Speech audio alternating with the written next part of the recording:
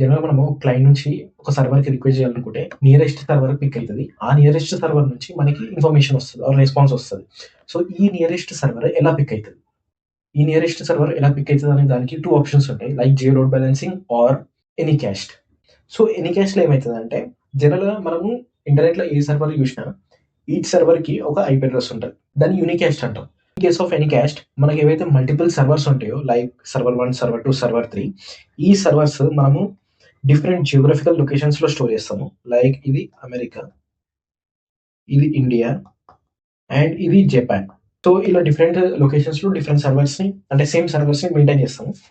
So, ఈ సర్వర్స్‌కి IP addresses same ఉంటాయి ఎనీకాస్ట్‌లో. And ఈ ఐపీ అడ్రెస్ సేమ్ ఉండడం వల్ల మనకి ఏ సర్వర్‌ని పిక్ చేసుకోవాలనేది బేస్డ్ ఆన్ ఈ నెట్వర్క్ ఏదైతే ఉంటదో మధ్యల అది చూజ్ చేస్తది.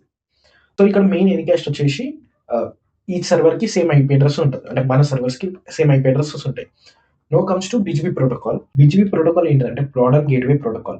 సో, ఈ ప్రోటోకాల్‌లో మనకి ఈచ్ రౌటర్ నుంచి నెక్స్ట్ రౌటర్‌కి ఏది ఆప్టిమల్ పాత్ అనేది బిజిపి ప్రోటోకాల్ చెప్తది.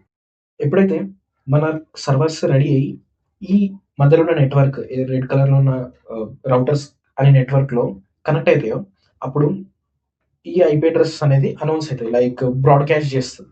అండ్ సో దట్ రౌటర్స్ అనేది దాని రౌటింగ్ టేబుల్ అప్డేట్ చేసుకుంటాయి. సో సపోజ్ ఈ రౌటర్‌లో ఐపీ అడ్రెసెస్ ఉంటాయి.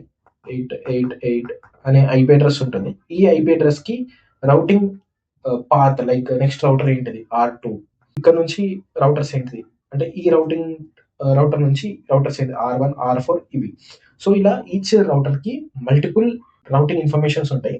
బట్ ఆప్టిమల్ రౌట్ ఆర్ పాత్‌ని సెలెక్ట్ చేసుకోవాలి కాబట్టి బీజీపీలో షార్టెస్ట్ పాత్ అల్గోరిథం అనేది ఇదంతా గ్రాఫ్ కాబట్టి షార్టెస్ట్ పాత్ అల్గోరిథం బేస్ చేసుకొని నెక్స్ట్ ఆప్టిమల్ పాత్ ఏందో చూస్ చేసుకుంటారు. సపోజ్ మనకు క్లయింట్ ఉన్నాం. ఆ క్లయింట్ మన సర్వర్‌ని రిక్వెస్ట్ చేయాలనుకుంటున్నాడు. ఇప్పుడు ఈ రౌటింగ్ అనేది ఎలా అవుతుందో చూద్దాం. ఫస్ట్ R5 అనే రౌటర్ దగ్గరికి వస్తది. R5 అనే రౌటర్‌లో సేమ్ ఐపీ అడ్రెస్‌కి డిఫరెంట్ పాత్స్ ఉంటాయి. లైక్ ఇక్కడ నుంచి ఒక పాత్ ఉంటుంది.